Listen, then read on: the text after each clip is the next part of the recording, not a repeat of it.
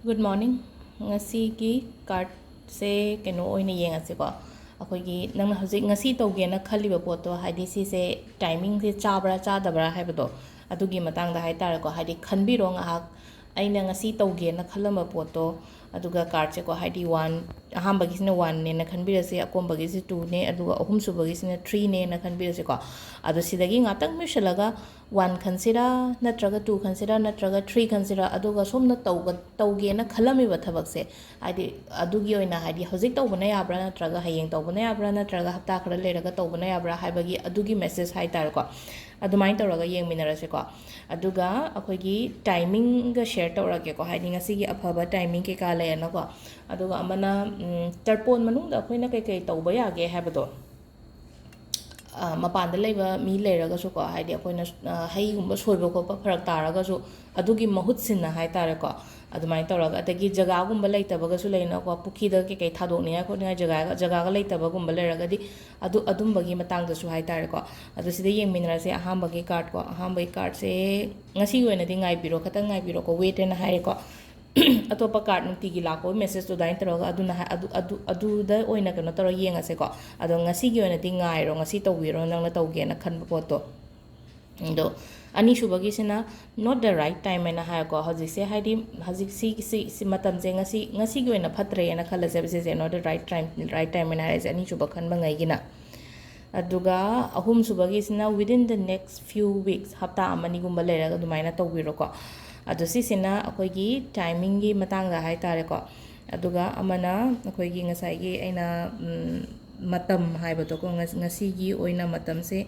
pung 9 ga minute 5 dagina 13 ga minute 13 phawam phare ko ayuk se 9 ga minute 5 dagina 13 ga minute 13 phawba aduga nungda waram se pung 5 ga minute 12 dagina 9 ga minute 13 phawba marak sida katang adagi hoi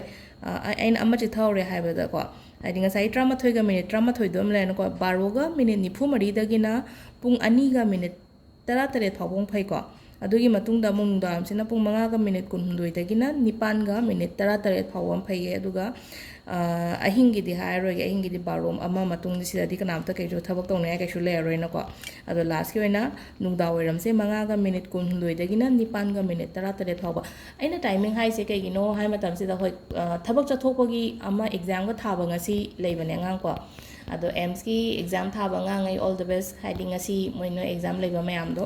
ado smaina haidi exam chatpa gumba yumdagi khong jatra tawbagi matam hai tare ko aduga aina thaba ama calling gumba tawge haraga su ko thaba ki hajikan di calling online gumba namba loina tawna ba ngata ne ko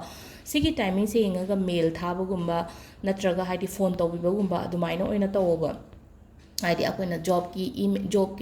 akoina job ki resume makta thare na khalase ba haidi sigi timing gumba se follow tawraga thabi ba yai ko aduga amana ina sa habdo tarpon manu hai tare ko tarpon manu se akoi gi lei gitraba an ngi kaino gi oina akoina angamba khara sum kachabani na ko ado katpase da kamaina tawba yai hai kan sida ko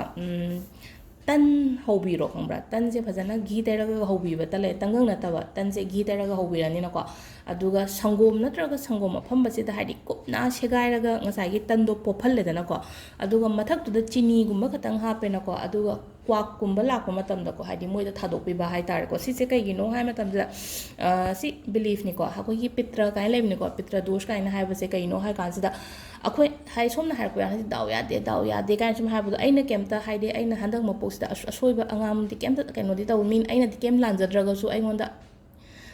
apan arak adum pi badu dum hai tare ko adu do haide pitra dosh leibagi ne pitra dosh haraga ding sai akhoi gi lei gi draba ahan gumba na hai tare ko moina kai gumba haidi kaino gumba tawramaga di akhoi da pan ba hai tare ko potse moina phatanung da kainom tawhiba khotkiba leiraga di ko haidi adugi dosh to akhoi da pu hoba hai tare ko adugi ngakthona bagi damakta hai tare ko tarpo minung se ngasai gi tan horaga ina se haibado adudo mapanda thangdo thambio tenkot kumba amda hapaga ising glass amga thambio ko sise tawbi ba ko ado sida leire ngasi video se thank you